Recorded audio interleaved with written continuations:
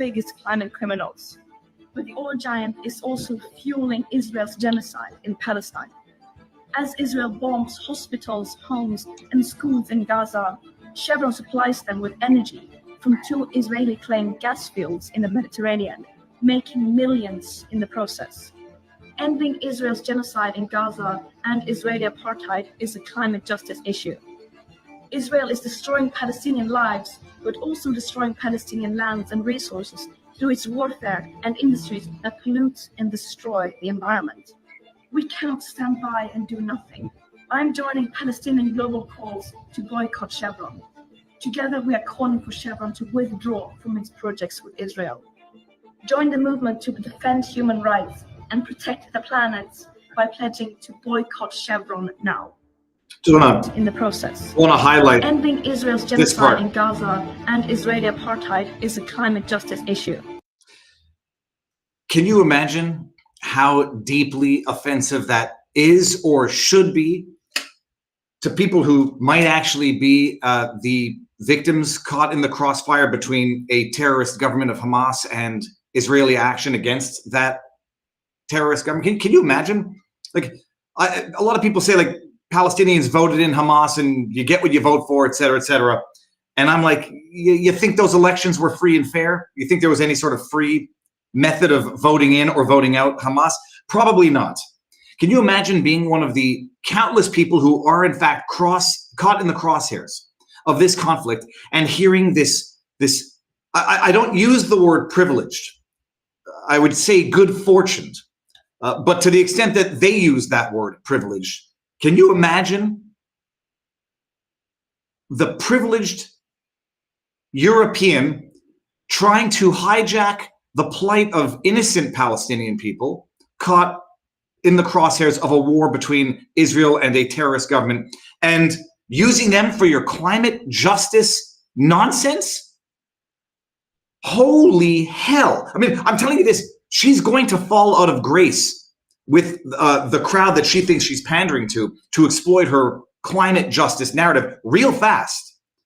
Because if anybody had half an iota of dignity and a sense of actual justice, they would say, take your climate justice, Greta Thunberg, and shove it where the sun don't shine. And Israeli apartheid is a climate justice issue. Israeli apartheid. I mean, set aside all of the talking points. Now, that's the genius words from Greta Thunberg today. And it's going to be a theme that's going to come up during today's show because we're living in a world where you cannot tell the difference between parody and reality, and where you cannot tell the difference between deepfake parody and reality because they are so darn close. Y'all remember this? Maybe you don't, but if you don't remember this, let's remember this, shall we? This is, I won't spoil the punchline. This is Greta Thunberg. I will spoil the punchline so nobody accuses me of spreading disinformation. This is a deep fake. It was a deep fake, but everyone believed it. At least a lot of people believed it, despite it being so patently preposterous and inane, but confirmed boy howdy by what Greta Thunberg just said now. This is the parody. War is always bad, specifically for the planet. If we want to continue fighting battles like environmentally conscious humans, we must make the change to sustainable tanks and weaponry. There are so many new concepts for battery-powered fighter jets that can carry many more missiles, biodegradable missiles, of course. Something literally everybody can do to stop this nonsense is, for example, block the roads to gardens and farms so the plants don't get overrun by these heavy, heavy tanks. Hand grenades, very important. If you use hand grenades, please use vegan grenades. No animals have to give their life for all this mayhem and chaos. They have a special sticker on them. You really can't miss them in the grenade market or wherever you buy them. Yeah, I cover all of this and more in my newest book, Vegan Wars. So it was clearly parody, but the problem was a portion of it gets shared and people don't know that it's clearly parody because it doesn't go off the absurd end towards the end. But parody, but true in principle. Good mic. Am I on the bad mic? I'm on the, okay. Before we move into the intro segment, it's either I use this mic or this mic. Now, I think I know what everyone's going to say. I shouldn't have started. I was trying to use, I thought maybe it would be less echoey. Which one was better? Which mic? locals. Let's go here. Loclas. This mic, this is the Mac mic, or do I go back? I don't have my good mic because I'm on the road here. Or do I go the Insta mic, which is this one? So Insta mic now. Default mic. So let's just do this. Mac mic. This is the Mac mic, or Insta mic. I need to see the Insta or Mac. Insta mic. And besides which, we finished with our intro anyhow. Good morning, everybody. Everybody's saying second mic, but I don't know which one the second mic is anymore. Mac mic is better. Default. Fuck Mac. Okay, that's not. We got Insta mic, default mic, Insta, Mac. Holy crab apples is this? Well, we're going to go with Mac because I know that it works. Okay. Good morning. I mean, it's morning for me. Holy crab apples. First of all, people, traveling, even when it goes smoothly, is very difficult. And it went smoothly. No delays. We had a flight with a television screen in the chair, which was amazing. I watched Fall Guy, and I liked it. I'm telling you something. I have an affinity. What's the word I'm looking for Ryan Gosling and Ryan Reynolds and Brad Pitt and Ed Norton. Okay, but that's from Fight Club. The two movies that I've seen recently that I was surprised that I liked, Deadpool and Fall Guy. It was actually quite good. Can't hear you on Mac mic. Oh, Get I'm going. Like, okay, we're going back to the Insta mic. That's it. Forget it. We're done now. The decision has been made. So Fall Guy was great. Deadpool was good. There was the other one that was a Dracula movie with Nicolas Cage, which it had an R in it. Also kind of a good movie. But so I got to watch. I watched Fall Guy, and it was great. I reread The Old Man and the Sea because that's the book review that I'm doing tomorrow. And Bullet Train. I watched Bullet Train TJ MacD. I didn't like it. But the other thing that I watched, a documentary while I was on the plane, was called 26.2 Miles to Life. Or was it 26.2 to Life? It was either 26.2 miles to life or 26.2 to life. And it was about prisoners, inmates at the San Quentin prison in California. Oh, I can take this screen out. God, I'm such an idiot. Sorry. It was about prisoners in San Quentin who try to rehabilitate themselves spiritually, physically, psychologically by running. They join a 1,000-mile club and they run marathons. And it tracks the story of a number of inmates who have reformed their lives, ostensibly through running. And it gave a look into the prison system. It gave a look into like the despair, how people fall into the prison system. It was actually mildly compelling. And you see the prison life, and it's just, I mean, it's hell on earth. So I watched that too, and that was kind of good. But so we're here now. I'm in California. We're going to have something of a road trip. I'm running a choose your own adventure in our locals community.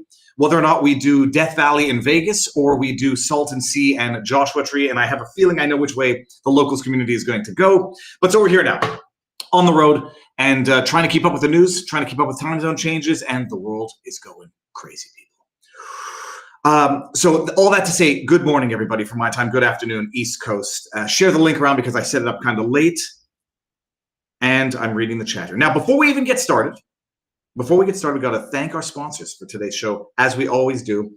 Speaking of learning, and like a day in which you do not learn is a wasted day. A day in which you learn is a useful day. Time is our most precious commodity, and I've had so many people ask, like, where do you get your information from, and what should I spend my time doing, listening, looking at in order to gain knowledge? It's the gift that once you take it, you can't give it back, and it's fantastic. That's why I love working with Hillsdale. It's offering more than 40 free online courses in the most important and enduring subjects. You can learn about the works of C.S. Lewis, who has some amazing quotes and insights on tyranny, the stories of the book of Genesis. I'm actually gotten into listening to Jordan Peterson summarize biblical stories for me. I love it. You can learn about the Constitution and what that shall not be infringed thing kind of means there. The rise and fall of the Roman Empire, et cetera, with Hillsdale College online courses. They're available for free. That is right.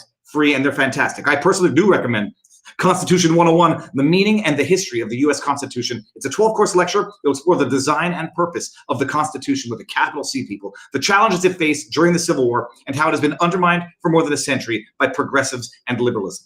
The course is self-paced. You can start when you want, end when you want, pause when you want. Enroll now, Constitution 101. Our country needs more Americans and perhaps the occasional Canadian who can understand the Constitution and defend the freedom of the American people against the encroachments of an increasingly large and unaccountable government.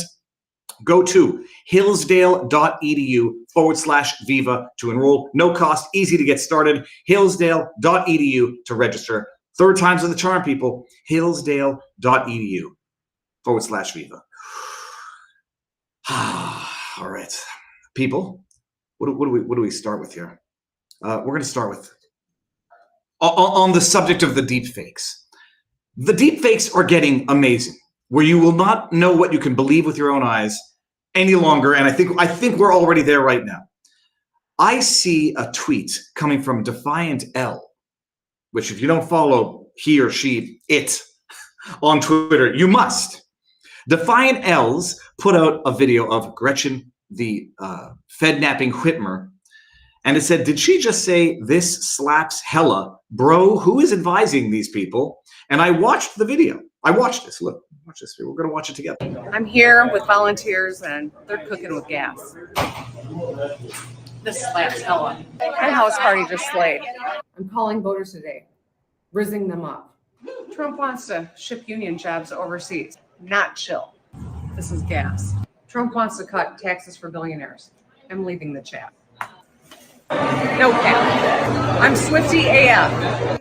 It's giving the next president.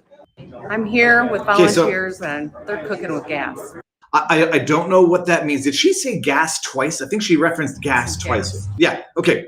All right, so I see this video, and I say, I cannot tell if this is deep fake reality, and I'm not sharing it until I know.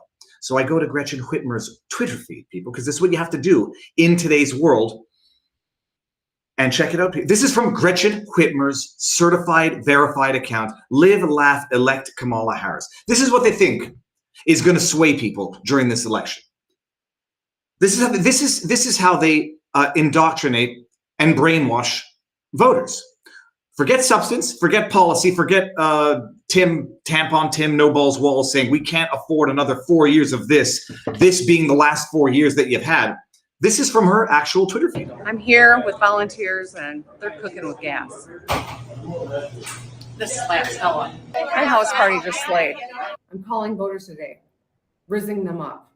Trump wants to ship union jobs overseas. You get the Not idea. Chill. Not chill. Gas. This is Trump gas. wants to cut taxes for billionaires. I'm leaving the chat. No cap. I'm Swifty AF. It's giving the next president. I'm here with volunteers, and rizzing they're cooking with gas. definition.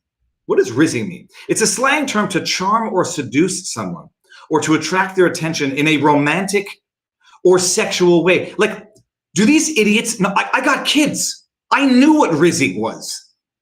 Rizzing is like it comes from charisma. I think that's the slang. I'm not going to ask my kid now, but rizzing comes from charisma. It's a way that boys try to sex up them girls and say, I'm rizzing them up in a romantic or sexual way. Gretchen Fed-napping plot Whitmer is in a romantic and sexual way trying to attract voters. Can you believe this? These people are idiots. They are abject, absolute idiots who are 2D level smooth brain politics, but it actually, unfortunately, works with a great proportion of the electorate. Rizzing them up, Gretchen Whitmer. I wonder if she was rizzing up the people that she was using the feds to entrap in a Fed-napping plot to sensitize her and make her more appealing, make her look more like a victim, weaponize it against Donald Trump. We're going to get into this. This is the ad campaign that is going to work on Kamala Harris. But if you haven't seen, where's the chart, the most recent chart? If you believe this, which I don't. But here's the thing. I believe a part of it, and I don't believe the substance of it. Let's get this out of here. This is coming from Greg Price. Back in January, Kamala Harris's approval rating was 28%. It was 32% at the beginning of the summer. Today, it is allegedly nearly 50%. What changed? The media coverage. So there's two things to this, because on the one hand, I don't believe the stat. I don't believe it's increased. I believe it's an absolute lie. It's an absolute manipulation. If anybody doesn't know how polls work, and how you can falsify them. You basically can find a way, creative, honest, or dishonest, to exclude the results that you don't want in order to fabricate the result that you do want. And this is sort of a little bit of predictive programming, pre-programming, persuasion, astroturfing, whatever. Create the illusion of support so that then when she wins after they steal, they can say, well, her support was at 50%. Look at the charts back in September. I don't believe it for a bloody second. And then the flip side is that even if it's true, the only reason that this could be true is because we are living through perhaps the greatest psychological operation since 2020 COVID. We are living through social manipulation from media running slogans 24/7, media running narratives 24/7, brainwashing, MK Ultra level brainwashing, much like what we saw during COVID. Day in and day out, death numbers. Day in and day out, doom and gloom. Day in and day out, leaked videos from China showing people dropping dead in the streets, blowtorching doors shut, to get us to be compliant and fearful of what was coming. Persuasion, manufacturing reality and not representing it. That's what I believe we're witnessing right now. But even if we're not, and people are this easily swayed, in 2 months, they can say, holy crap, she really figured out how to be president when she stabbed Joe in the back and stole the candidacy. We are witnessing how malleable public opinion is, how manipulatable people are, and how this operation between government, intelligence, and media is effective at creating something of a, call it a mass formation psychosis or just crowd psychology. Hey, if everybody's saying that she's good, she must be good. But this is who they're appealing to by having Gretchen Whitmer run off every slang for the young generation that she can muster up in a 30-second TikTok video, because that's the level of respect and appreciation for the intellect of their demographics that they have. We're going to get into more of the brainwashing when it comes to Donald Trump in a second, because what they did yesterday, in my humble view, is nothing shy of, you want to talk about criminal, imminent, unlawful incitement. What they did yesterday with Routh is stunning. It's stunning. We're going to get there in a second. But before we get there, we're going to talk about bettering our minds through education, and we're going to talk about bettering our bodies through good diet. And I was told to bring up the QR code, because this way you can now go and, but if you check out the QR code, it's kind of an amazing technology, although I don't know how it works, that your camera takes a picture of a QR code and then it directs you to a website. Field of Greens, people. It's fantastic, delicious stuff. And it's a little known fact, by the way, that you're supposed to eat a lot of fruits and veggies in a day. And you really appreciate how difficult that is when you get on the road. Although I got a decent salad yesterday, but obscene. Everything is obscenely expensive in California. Field of Greens, people, is an organic superfruit and vegetable drink unlike any other. It's serious nutrition. Listen to this. Field of Greens was approved for university study that doctors believe may lower your body's biological age. That generally means better health. Each fruit and vegetable in Field of Greens was selected by doctors to support vital bodily functions like heart, liver, kidney, metabolism, immune system. Only Field of Greens is backed by a better health promise. At your next physical or checkup, your doctor will notice your improved health or your money back. No questions asked. Look, first of all, I take it. It's a spoonful. It tastes delicious. If you can't get your fruits and veggies in a day, do this twice a day. Swap out an unhealthy habit for a healthy habit. Fieldofgreens.com, Brickhouse Nutrition. Join me. 15% off and free shipping. Visit fieldofgreens.com. Use promo code VIVA. That's promo code VIVA. Fieldofgreens.com. And that QR code should get you right there. Let me see if this works. Where's my phone? I don't understand how this technology works. Oh, look at this. If I do it, yeah, check it out. Now you go QR code and look at this. Yeah, technology is amazing. By the way, I'll tell you something here. This is it. It actually goes right there once you take a picture of it. Amazing. The links to our two sponsors for today's show in the description. Thank you very much. Oh, so let's how do I stop screen sharing? Stop sharing. There we go. So yesterday we were walking Santa Monica. We're going to maybe go back there and explore the town a little bit. The homeless situation in LA. I mean, I didn't even go to Venice Beach yet. I'm not sure if we're going to go. It's incomprehensible. It's unsustainable, and I would dare say it's inhumane. I mean, at the risk of stating the obvious, the amount of people who are homeless, sleeping on park benches, it's inhumane. Now, I do appreciate you can't forcibly confine people, and I don't know what the solution is, except to say that there's a massive, massive problem. Yesterday, I was corrected, by the way. Somebody came up to me, and it wasn't a crack pipe, because apparently crack is no longer the thing. It was crystal meth. And then I Googled it when we were having our locals after party. And yeah, it was crystal meth. I'd never seen a crystal meth pipe before. Little sheltered baby I am. And then I'm having the discussion with my kid about like how you can't pick stuff up. You have to watch out for needles. And then showed my kid, you know, the infamous, famous, outrageous photo of what amount of fentanyl is required to kill an adult, potentially lethal dose of fentanyl. And it's like a couple of specks next to a penny. Have you seen this? Hold on a second. Fentanyl. I don't know how to spell it. Fentanyl, kill adult, penny. Here. Fentanyl kills adult, penny, images. Yeah, the amount of fentanyl to cause a potential lethal overdose. I mean, it's the stuff of nightmares. That is the amount of fentanyl that can potentially cause an overdose in an adult. And you wonder how we've gotten to a situation where these are drugs that are not just on the street, but prevalent on the street and leading to the overdose deaths of, what is it, 100,000 Americans a year? I had to double check it just to make sure that I wasn't actually misremembering. That's it. And this is the world in which we're living. You come here and you understand what a failed city looks like. Homelessness, uncontrolled prices, gas prices through the roof. Geologically and geographically, it's damn beautiful. It's amazingly beautiful. But it's like it's discussion that you have to have with kids, and they have to understand these things, and they have to understand what it is. CIA created super drugs, and whoever said that's not true, I double checked.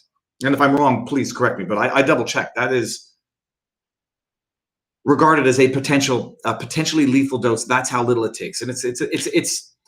I forget who was talking about it. You know, drug addiction, and how today drug addicts don't even get the chance for rehab because of the prevalence and risk of overdose, where you're deprived of the ability to even go to rehab and get healed because of the lethality of the drugs that are pouring through this border, where now finally Kamala Harris is, you know, changing some talking points, build a wall, close up the border, yada, yada, yada. Oh, holy hell. So anyways, now speaking of the brainwashing, by the way, people, and speaking of dog whistles, speaking of the media knowing damn well what they're doing, I could not believe what I saw yesterday, but then I came across, it's a work of art. This is, you call this a meme, call this whatever the heck you want. This is a work of art, a mashup that illustrates perfectly, undeniably and unquestionably what the media is doing, what intelligence is doing, what the DOJ is doing by releasing that Routh jackass's letter in which he apologizes for not having succeeded at his mission, in which he offers a bounty they know what they're doing. That's the terrible thing. And whether or not, if I don't want to argue intentions and they don't know what they're doing, the outcome is the same. Look at this mashup and appreciate this is exactly as intended, or the fortunate, and I say fortunate sarcastically, consequence of what they're doing. Republicans represent an extremism that threatens the very foundations of our republic. Are they a threat to democracy? Yes. Are they going to take our rights away? Yes. Are they going to put people's lives in danger? Yes. Are they going to endanger the planet by not dealing with climate change? Yes. People need to start taking to the streets. This is a dictator. I just don't even know why there aren't uprisings all over the country. Maybe there will be. She's a genuine danger to Americans. Genuine. You're still going to have to go out and put a bullet in Donald Trump, and that's a fact. We have to preserve our democracy, or speak out against lies and hate. There needs to be unrest in the streets for as long as there's unrest in our lives. Have a consistent narrative about how dangerous Trump is. President Biden has been clear-eyed about the threat that the former president represents to our democracy. Donald Trump is an existential threat to our democracy and our most fundamental freedoms. Kamala needs to stop saying that President Trump is a threat to democracy. It's now being received by some unhinged people as a call to action. Enough is enough. Not yet. And by the way, there's a number of these going around, by the way. Hilarious. Well, it is true TDS causes them all to look like Eugene Carroll and Ryan Routh. Don't believe. Dude, there are a number of side-by-side comparisons, and there was a funnier one that was saying white dudes for Harris with the side-by-side of Eugene Carroll and Routh. So you all know what happened yesterday, and they're releasing the Dear John letter, like the love letter written by this psychopath Routh, who, if anyone doesn't think that he was motivated by the constant 24/7 MK Ultra level psychological operation that they've played against Donald Trump, now appreciated, by the way, and put the montage together if you want, because I say this a lot. Alex Jones was on the channel once and said they just run the same play over and over again. And they ran with the media, intelligence, government, demonizing Trump. Media, intelligence, government, fear-mongering for COVID. Media, government, intelligence, fear-mongering for Ukraine. It's the same pattern in terms of the brainwashing, day in and day out, catchphrases, logos, avatars, change your banners, stick in the Ukrainian flag, stick in the rainbow, stick in the jab, stick in the mask. And they know damn well what they're doing by doing this. Let me see something here. Where was it here? Yeah, look at this. National Review. Cancel and cancel. And are we okay? Here we go. Listen to this. This is they are lionizing a would-be assassin. They are what is the word? Glamorizing. They are not lipstick on a pig. They are lionizing and glamorizing not just this guy, but anybody who would think the same way. Look at this. Would-be assassin Ryan Routh left note declaring plan to kill ex-president months before attempt. Okay. Ryan Routh, the middle-aged man who allegedly planned to shoot Donald Trump while the former president was playing golf at Mar-a-Lago. Allegedly planned. I mean, I guess legally you still need to say allegedly. He wrote a note to an unnamed person informing them of his plan to kill Trump months before the act. I want to know who that was. 58. The man suspected of attempting to assassinate Trump on his South Florida golf course penned a letter to the world, quote, to the world, end quote, to be released in the event that his attempt on Trump's life failed. Federal prosecutors said in court on Monday. So understand what we're reading right now. He wrote a letter to be released to the world in the event that he failed. And what does the DOJ do? They do the bidding of the psychopath who would have tried to murder President Trump for him. Look, he drafted this specifically so that if he failed, it would be a call to arms for the rest of the world to be disclosed if he failed. And what does the DOJ do? The bidding of the would-be assassin. And it sounds like they're getting sort of, not the praise of National Review, but hey, look, it is what it is. Justice Department disclosed the note in a memo arguing for Routh to remain in detention ahead of his trial. By the way, there's a very interesting theory as to why Routh is still alive, and it's because state police got him and not Secret Service. It's a very, very interesting theory. Quote, I don't even want to read it because I feel dirty reading this. I'm not going to read it. You can read it right there. Then you got the bounty. They're just doing the bidding of Routh for him. And the DOJ is very, I talked about it yesterday, but I'll just, reiterate for the amount of time that they refused to disclose the manifesto of the trans kid who shot up the Christian school, the rapidity with which they make all sorts of allegations of white nationalism when any shooter happens to be white, weaponized concealment and weaponized disclosure. Routh went on to warn that Trump is, but by the way, and after they do all of this, National Review goes on to repeat the very same talking points. Go back to that video that we just watched, the meme. It's a great meme. I don't know if it's called a meme, whatever. Go back to that. Here, somebody opening the door. Go back and watch that. Appreciate the catchphrases, the mottos, the slogans, the brainwashed through repetition. And now read this paragraph. Routh went on to warn that Trump is, quote, morally unfit to be president. Where have we heard that?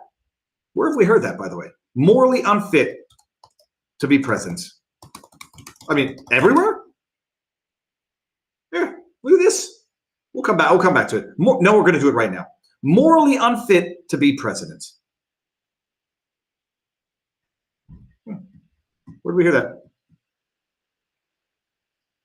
Ex-FBI chief James Comey says Trump morally unfit to be president. Oh, well, somebody heard you, Comey. Routh heard you. Repetition. You got to him. Like he's the Joker, staring at the screen, listening to the media, telling him what to think. Morally unfit to be president, and suggested that the entire world believes as much. Well, it's very interesting. James Comey was telling the world what to think. Ex-FBI chief has now had his words repeated by the would-be assassin. And National Review goes out and lionizes this guy. The DOJ goes out and publishes his love letter. The rhetoric is consistent with Routh's self-published manifesto. It's also consistent with the ex-FBI and others who said the same thing, where he urged Iran to kill Trump and expressed regret for once supporting Trump. The FBI reviewed its excerpt from Routh's book. His social media activity and political donations prior to the assassination attempt suggest Routh became a passionate Democrat after voting for Trump in 2016. These mother effers, and I'm not going to swear because someone might be hearing through the wall, these mother effers are now spouting lies. They are now doing Routh's propaganda bidding for him. There's no evidence that Routh voted for Trump. What there is a 2020 Twitter post from Routh saying, "You were my candidate back in 2016. There's no evidence that he ever voted for Trump. And you know who says, I supported you and now I'm turning my back and going to the Democrat? You know who says that? Someone who never supported Trump in the first place. Democrats or never Trumpers. So now the National Review is actually doing the propagandist promotion for Routh by affirming something that has not been confirmed to my knowledge, that Routh actually did vote for Trump in 2016. All we have is a stupid tweet from 2020 that said, "You were my choice" in 2016. He was a pro-Ukraine activist. Routh amateurishly attempted to recruit. Amateurishly. Now they're making excuses for him. Dude was in Ukraine for 2 years. Attempted to recruit soldiers to fight Ukraine, an effort that led to interviews with multiple mainstream news outlets. Prosecutors revealed that Routh's note was contained in a box with the unnamed person opened. The unnamed person opened after Routh's arrest. Who is this person? Holy hell! I will flip my lid. What is it? Flip a conniption fit if this unnamed person turns out to be a CHS, confidential human source. Turns out to be anybody with any ties to intelligence. I don't know anything about it right now. That's the question I have on the back burner. The would-be assassin also put ammunition, a metal pipe, building materials, and other items inside the box with the note. Why would he put that in the box with the note for the unnamed person? Who is this unnamed person? It's unclear whether Routh's note was meant to foreshadow his own attempt on Trump's life or another foil plot. Prior to the assassination attempt, Routh compiled a lengthy criminal rap sheet, and was known to the FBI because of a tipster accused him of allegedly illegally possessing a firearm 2 years ago. Known to the FBI. Hey, who was that letter for? Who was that unnamed person? Secret Service spotted agents Routh in the bushes. Law enforcement found a loaded rifle. Okay, fine. Federal prosecutors said that the subsequent search for Routh's car turned up 6 cell phones. 2 of them indicated that he had traveled from Greensboro, North Carolina to West Palm Beach, Florida, a month before the assassination attempt. Federal agents also discovered a notebook with notes on joining the war in Ukraine, criticism of the Chinese and Russian governments. They also found a handwritten list of Trump's past and future political appearances from August to October.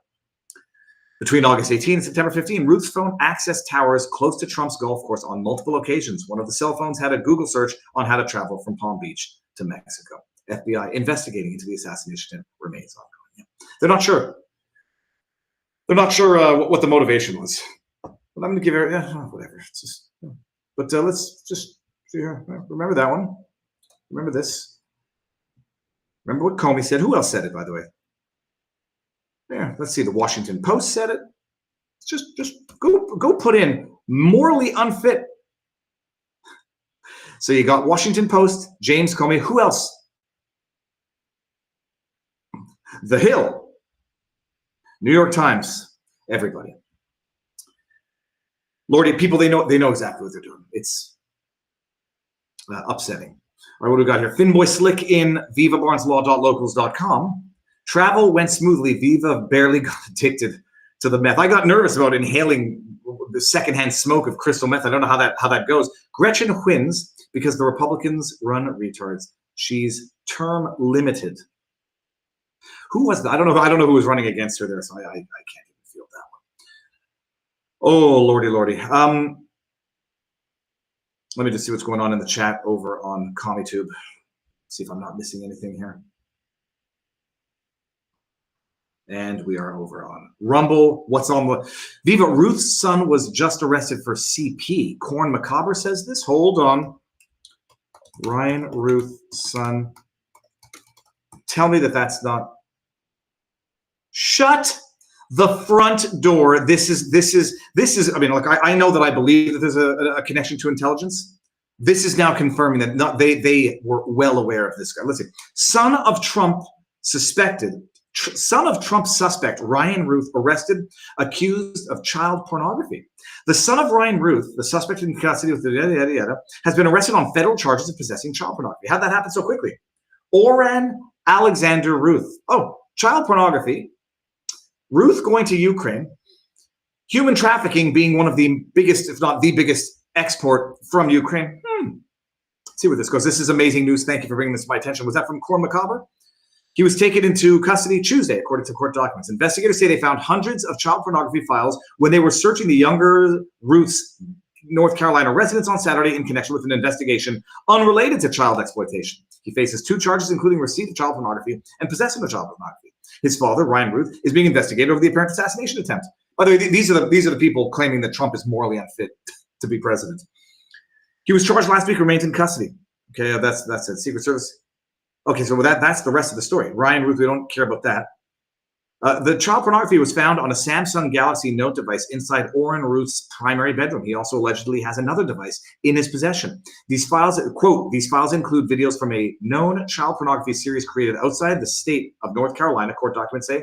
Videos from the series depicts minors engaged in sex acts. The complaint against Oren Routh included graphic descriptions of videos of I'll stop reading.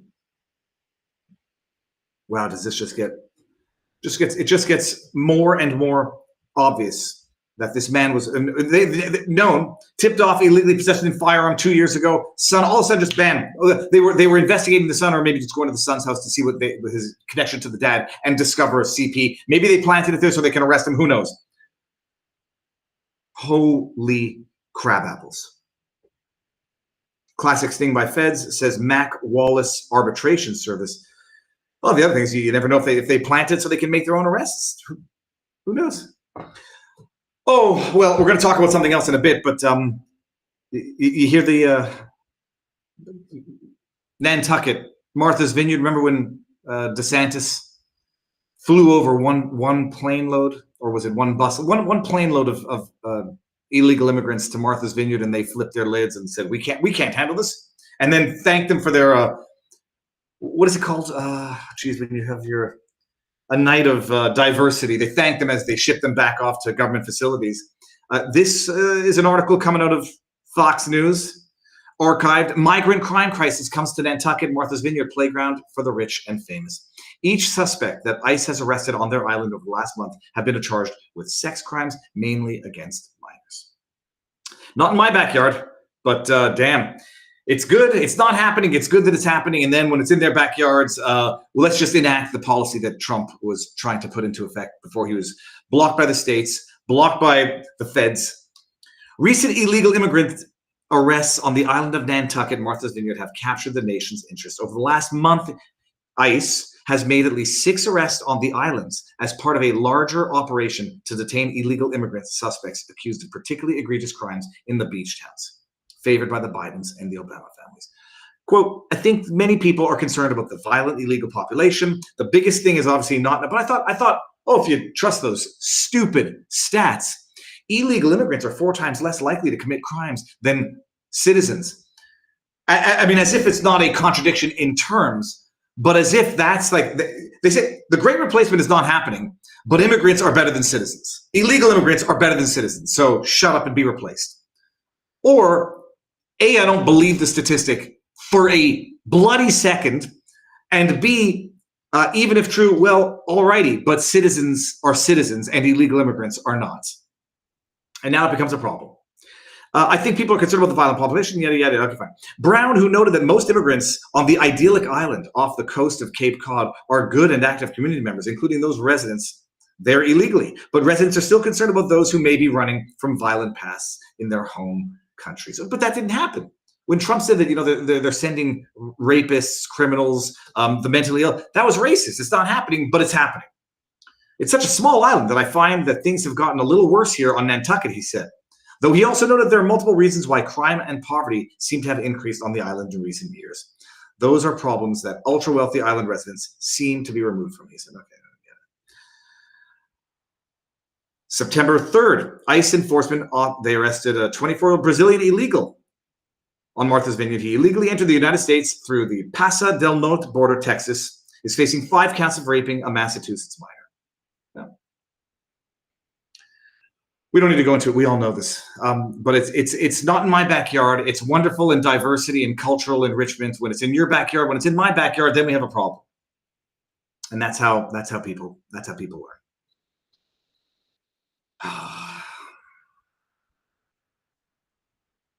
All right, now the big news of the day yesterday, by the way, that made people question Elon's integrity. You've all heard about this, that apparently Elon buckled to the pressure of the corrupt Brazilian judiciary and agreed to take down the accounts that he was previously ordered to take down, that he refused to take down because he was arguing that it violated the law to take down the accounts. It was illegal censorship, yada, yada, yada.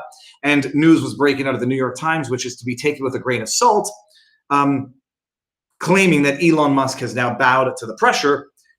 And I'm conflicted in who I believe, because I do not believe the New York Times, and I believe that they look for any excuse to try to make Elon Musk look like a hypocrite, to cause Elon Musk to fall out of the good graces of the far-right Trump-supporting crowd. And one way to do that is to make him look like a hypocrite on free speech.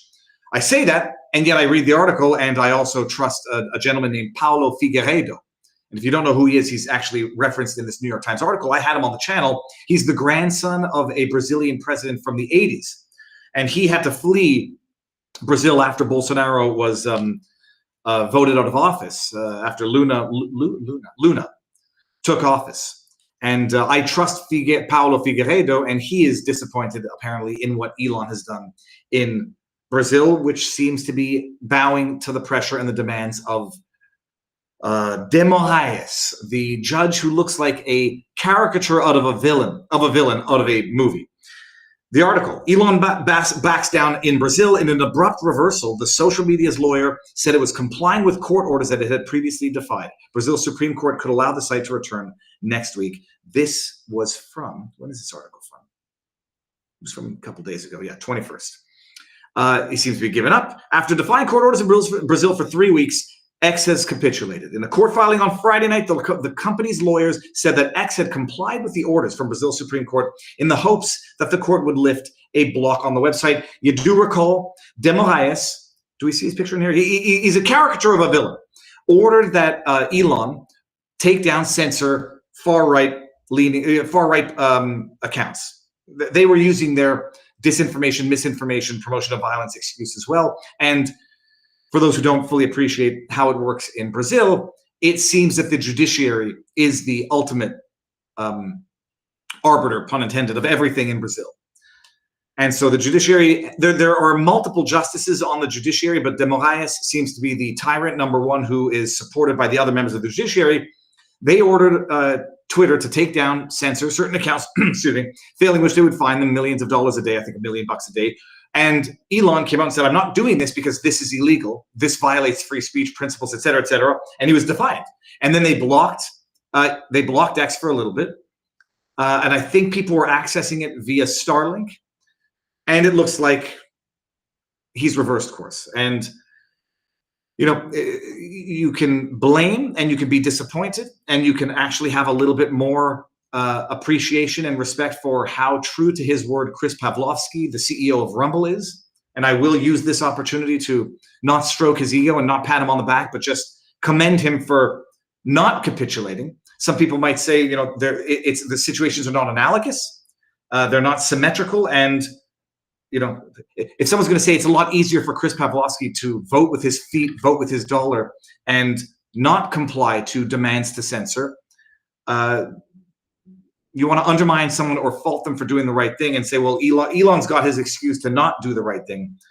Or, you know, he's complying with the law of the land and therefore he's not actually doing anything wrong because that's the law of the land. And if you don't like it, don't do business in that land, which is what Chris Pavlovsky and Rumble has said. Apparently it's not what Elon has said. Decision was a surprise move by Musk, who owns and controls X. He said after he said he would refuse to obey illegal orders, yada, yada, yada. Musk had dismissed local employees and refused to pay fines. The court responded by blocking X across Brazil last month. Okay, so this is the news from last Friday. X said that they had done exactly what Musk vowed not to, take down the accounts of Brazilian justice, ordered removed because the judge said they threatened Brazil's democracy. By the way, coming to America if Kamala Harris and Tim No Balls Walls are elected. X also complied with the justice's other demands, including paying fines and naming a new formal representative in the country. Remember the Moraes said he was going to arrest Twitter employees. And then they blocked Twitter in the country. What do I think would have been the better move? Cause an uproar, cause protests by that would result from banning something that the Brazilian people want and need. Take a gamble and hope that the media gets on your side if you ban a utility. I'm calling it utility in quotes, not legally, a utility that even the left-wing communist media needs. But no, now it's amazing. So here, the abrupt about face appeared to defeat the outspoken businessman in the self-designed image as a warrior of free speech. Mr. Musk and his company loudly criticized Brazil's Supreme Court for months, even publicly releasing some of its sealed orders, but neither had publicly mentioned their reversal by Saturday morning. It showed how a years-long struggle power between the tech giants and the government, yada, yada, was able to keep the upper hand. Let's get to where Paulo Figueiredo, who I do trust, commented on this. Let's see. The longer X remained blocked, the more Mr. Musk risked losing market share and revenue, problematic for the company that has alienated many American advertisers by allowing users to say just about anything on the website. Oh, my goodness, these idiots haven't been on YouTube in a while. Another Musk-controlled company, the satellite internet service provider Starlink, was also caught in the crossfire. Brazil's Supreme Court took $2 million from Starlink in Brazil to cover the fines it had issued against X. This is full tyranny, people. Here we go. We get to Paulo Figueiredo, and if you don't know him, go check him out. He's amazing. Mr. Musk, quote, has bowed down, end quote. Paulo Figueiredo, a right-wing pundit who had his X account blocked in Brazil, wrote in a post on Thursday when X first hired new lawyers in Brazil, signaling a shift in its stance. Quote, it's a very sad day for freedom of expression. A day later, Mr. Figueiredo said he understood Mr. Musk's stance, quote, and appreciates his efforts. I mean, and now Justice Moraes, that's the guy, has become one of Brazil's most polarizing figures since the nation's Supreme Court granted him broad authority to order tech companies to take down content that he deems a threat to Brazil's institutions. Since 2019, he's ordered social networks to take down at least 300 accounts, according to a New York Times analysis of a portion of his court orders which have been leaked or released publicly. For more than half of those accounts, Justice Moraes did not provide details in the orders for why they should be taken down. He has generally issued such orders under seal, but the Times analyzed orders published by X, U.S. congressman, whatever, yada, yada, yada. Okay, fine. That's it. He takes down accounts that attack Brazil's democratic institutions. Does that sound familiar, people? It is coming to America sooner than later if Tim No Balls Walls, Tampon Tim, and Commie Kamala get to power. I mean, you see it happening in Canada now as we speak. They pass legislation that facilitates the algorithmic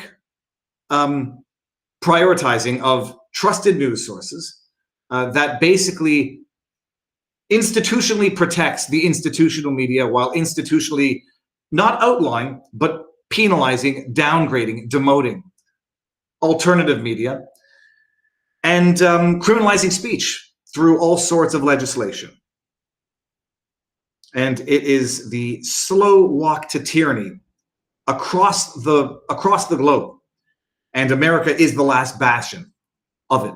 And if it falls, I mean, hate speech, you got Tim Walz saying you don't have freedom of speech for misinformation and disinformation. The vast majority of misinformation and disinformation actually comes from the government. You got others saying hate speech is not free speech. And you want to look at where that goes, and you can look up to Canada, where at least on paper, they were talking about locking people away for life if you advocated, promoted genocide, however you define those terms.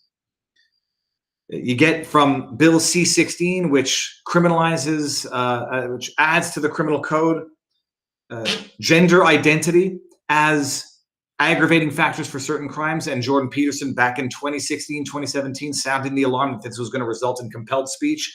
Flash forward 8 years and Jordan Peterson is having to go through re-education camp for mean tweets that he put on Twitter. It is coming to America, and not in the good Eddie Murphy movie sense. And you want to see how it's coming to America and how discreetly and insidiously it comes to America. Well, you have your talking head propagandist late night quote comedy, which is nothing but Nazi level propaganda, importing it by platforming. And I do say, I'm not saying that they shouldn't platform Justin Trudeau. I'm just illustrating how this trickles in to the zeitgeist of the American experience. When you have that filthy, blackface wearing, woman groping, 2 times ethics breaching, scoundrel scumbag of a prime minister given prime time to plant that seed of ideology in American discourse. Listen to this. He was on Colbert. I haven't seen the entire interview, but listen to this. The far right and flirtations with fascism, at the very least, is rising across the globe. Even in Canada, your Conservative Party leader, your opponent there, has been called Canada's Trump. And I'm sorry about that. But I'm curious why at least some form of nativism or far-right xenophobia might grow in a country even as polite as Canada. Why do you think this is getting a foothold even in your country? I would pause it right there. Canada is superficially polite. And it's superficially polite because people are polite when you follow their rules. And then the second you do something that they don't like, all of a sudden not so polite. You know what I would prefer? I would prefer the brashness of American tolerance than the superficiality of the politeness of Canadian intolerance. Oh, yes. Good morning, sir. Oh, what's that? You're not social distancing in the park? What's that? You clipped the zip tie on the swings? I'm going to have to go call in the police because, yes. Superficial politeness. Listen to what this scumbag says. That phrase, even in Canada, I mean, we're not some magical place of unicorns and rainbows all the time. We got more than our fair share. But like the things that we've managed to do, we've had to work really, really hard at. I mean, universal healthcare was, decades of trying to bring people together and make it happen. Universal healthcare, that broken system of universal healthcare in Canada that has now led to the government euthanizing record numbers of Canadians because, they won't say it, although studies show that it will actually save the healthcare system some money. Universal healthcare, where you can't get a GP for, I won't go into all of that. Yeah, universal healthcare. It sounds good as a word. Go to Canada, people, and see how good it works in practice. We've moved forward on world leading. Move forward. We move forward. Does that sound familiar? It's absolutely forward together, Kamala. It's absolutely amazing.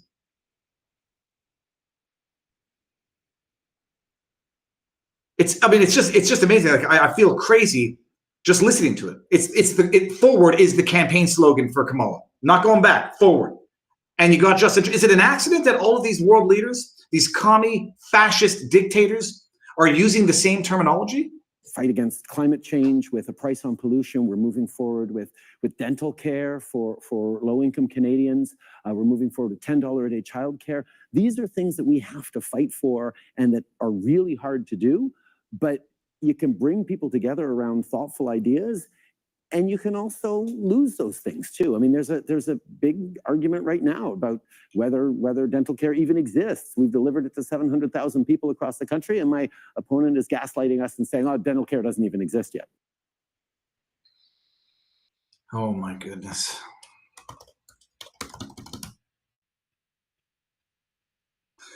It's like you connect dots in real time, and it makes you feel even crazier than you've already gone.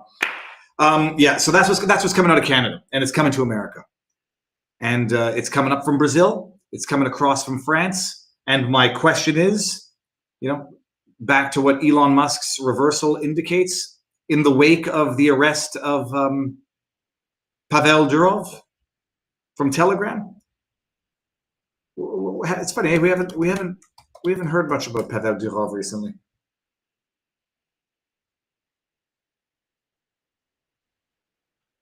Let's see here. This is interesting. Now that I'm speaking about what has been the latest news on Pavel Durov? Telegram's Pavel Durov announces a new crackdown on illegal content after arrest. Platform with millions of subscribers discloses a more proactive approach to reporting infringes to authorities. Telegram founder and chief executive Pavel Durov said on Monday that the messaging platform had removed more, quote, problematic content, end quote, and would take a more proactive approach to complying with government requests. Nothing like getting arrested and detained to really make you do what the government is asking of you. I mean, I think P. Diddy is probably getting the same treatment right now. So you got Pavel Durov arrested. Not that I'm connecting dots that aren't connected. Pavel Durov arrested. Pavel Durov subsequently, recently, within the last 24 hours, saying they're going to crack down and comply with government requests. And then you've got Elon Musk seemingly buckling in Brazil, taking down accounts.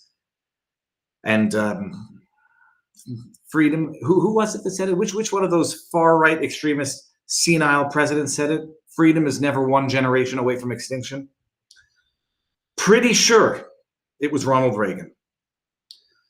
I just noticed the purple color. This is, by the way, this is the Moraes. This guy's a flipping cartoon villain. I don't think I can go to Russia anymore. I don't think I can go to China. I don't think I can go to Brazil. And I don't think I can, but wouldn't even want to go to France anymore, even if I could. Biltong in the house. Oh, Biltong put out, I forgot to read Biltong's Rumble rant yesterday when I had John Bojan on, but it's funny because he used the Sticks 10 promo code. And I was going to read it and make a joke, like, go use the Sticks 10 promo code and infiltrate Sticks, Hex, and Hammer, because he works with Sticks. But King of Biltong in the house, he says, Biltong is one of the most protein-dense foods in the world, packed with B12, zinc, iron, creatine, and more. Need a healthy snack? Get yours at BiltongUSA.com. Viva 10 for 10% off. It's flipping delicious stuff, everybody. And then we got Zengado, who is a subscriber now. Zengado, welcome to the above average community at vivabarneslaw.locals.com.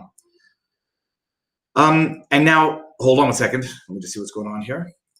I'm gonna go maybe find a decent portable mic today at some point so that I can have a better mic than the built-in mic. I had the Snowball at one point, but then the cable broke and I never got another one.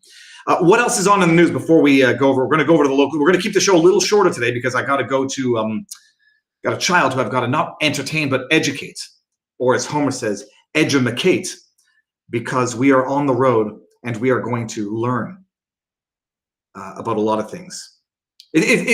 Just living and having these experiences teaches you East Coast, West Coast, geography, a little bit of politics.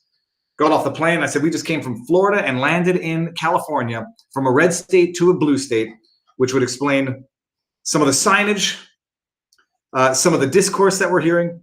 And now we're going to go and explore and learn some more stuff today. But hold on just one second. Seem to recall having one thing. Oh, that's what I wanted to bring up. Yeah. We're going to end with a bit of a good joke here. Make sure that I don't have my comments open here. All righty, people. Here, let's bring up Rep. Dan Goldman, a man who you love to hate. Okay, this is Rep. Dan Goldman complaining about the Supreme Court justices, by the way. Listen to this. Because what is really at the heart of the credibility and reputational problems of the Supreme Court are the most egregious ethics scandals that we have that's Mark Elias, by the way, in on the right. History of the court, most likely, probably. I mean, other than, Abe Fortas, maybe, who took a bribe, but that seems small compared to $500,000 I was going to say, Abe Fortas may want his reputation back. Exactly. Relative to what they're seeing going on now. No, and just the notion, and I, by the way, I put some of these ethics issues as well into two different buckets. Okay. One is the clear violations of accepting, or clear appearance of a conflict of interest A by clear accepting appearance. gifts from individuals who have some involvement, either currently or in the future, with cases before the court. So, Harlan Crow, who takes Clarence Thomas on all these exorbitant, extravagant vacations, has had some business in front of the Supreme Court. Obviously, Leonard Leo has funded a lot of cases that go before the Supreme Court and has, been a significant benefactor for Alito and Thomas. Okay, we can stop here. This guy makes me actually sick to listen to. This is another pig vomit type guy. I just went and looked just quickly. Who funds Dan Goldman? It's an amazing thing. Number one, this was 2023, 2024, 162,000 from AIPAC, American Israel Public Affairs Committee. Someone, I don't know if they were humorously, sarcastically saying, Viva's shown his true colors. Why would you pick on AIPAC? I don't know what true colors it was in the thread there. I don't know what they're suggesting about me, but they might want to know a little bit more before suggesting any true colors. And why did I pick AIPAC? Because it's the number one. I mean, it was the first one that is there. And when we talk about the iron law of woke projection, confession through projection, accuse your adversaries of doing what you are doing, being compromised because of the gifts that you're taking. And then you hear the very, first of all, if there were a legal issue, there would have been action taken legally. Barnes and I have talked about the nothing burger of that smear campaign, the smear campaign 2.0 against Clarence Thomas. There's nothing there, and that's why nothing's happening, other than Dan Goldman, the pathological scumbag of a liar, trying to make something out of nothing by very, very deceitfully mixing ideas, mixing words.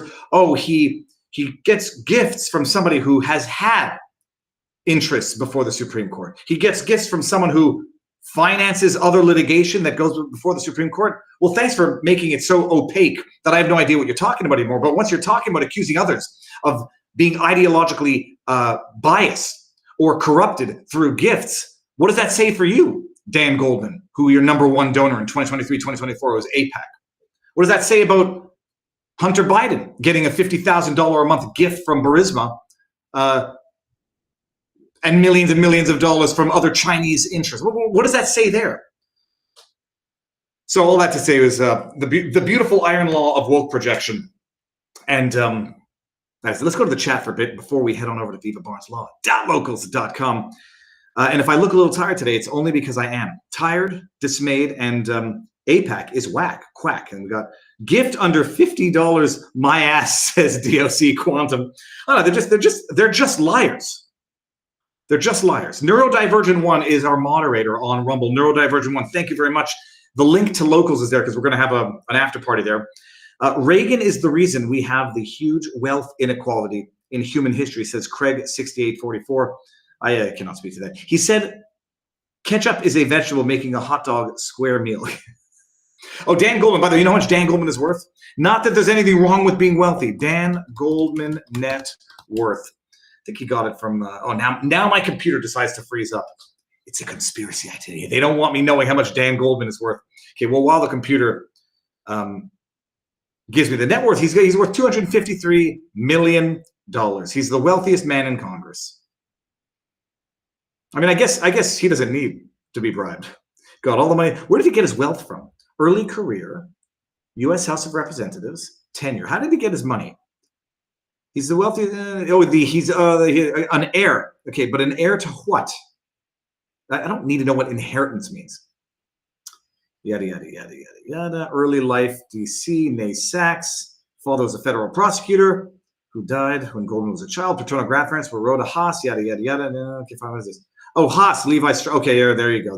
His great-grandfather was Walter A. Haas, president of Levi Strauss. His great-grandfather was Abraham Strauss, the founder of Smart and Final chain food stores. He grew up in a conservative Jewish family. His younger brother, Goldman, who died at age 38 in a plane crash. Oh, wow, two of them died in a plane crash. Anyhow, so that's it. From genes and food. So, yeah, inherent, a wealthy heir who definitely, if Clarence Thomas is bought out because he gets gifts from people who have tangentially had cases before the Supreme Court, we can assume then that Dan Goldman is bought out for AIPAC because he gets lots and lots of money from that. Okay, people, we're going to wind this up on everywhere except for vivabarneslaw.locals.com. Do I want to show the... No, we're good. We're going to do that. Okay, let's go. And I also haven't eaten breakfast yet. It's 1 o'clock. It's 1:30 my time. I haven't eaten breakfast yet, but I had a lousy cup of coffee. I had a lousy cup of coffee because I don't have my 1775 coffee with me on the road. Darn it. And that was not an ad. That's because I actually like 1775 coffee. The coffee I had this morning tasted like warm urine. It did not taste like warm. I'm sorry, I'm being crass. It was diluted and it wasn't hot enough and it wasn't good. All right, coming over to vivabarneslaw.locals.com. If you're not, I don't know what time I'm going to be live tomorrow because we're shooting the book review for The Old Man and the Sea in the morning. So I don't think I'm going to be, I will not be live at 12:30. I'll try to go live later in the afternoon. And then we're going to choose our own adventure. Where do we go? We will see. I'm going to go look at the poll on vivabarneslaw.locals.com. Thank you all for being here. Snip, clip, share away. I'll put up some clips later today. And that is it. Okay, awesome. People, we are going to locals only. It's going to give us 30 seconds. vivabarneslaw.locals.com. Because I'm an idiot, and I always forget to do this, Viva Frei. If you want to get some merch, people, everybody needs a shirt. It's not the most cost-effective shirt on earth because you can get a white shirt at Walmart for $2. But if you want to get, everybody loves shirts, everybody loves hats, everybody loves coffee mugs. VivaFrei.com. I'm gonna show locals what I got at the airport. It has to do with biblical verses. So get your VivaFrei.com, vivabarneslaw.locals.com if you want to support the work that we do. Thank you all for being here, and I will see you all tomorrow at some point, and probably on the internet at some point later today. Peace out, locals. Here I come.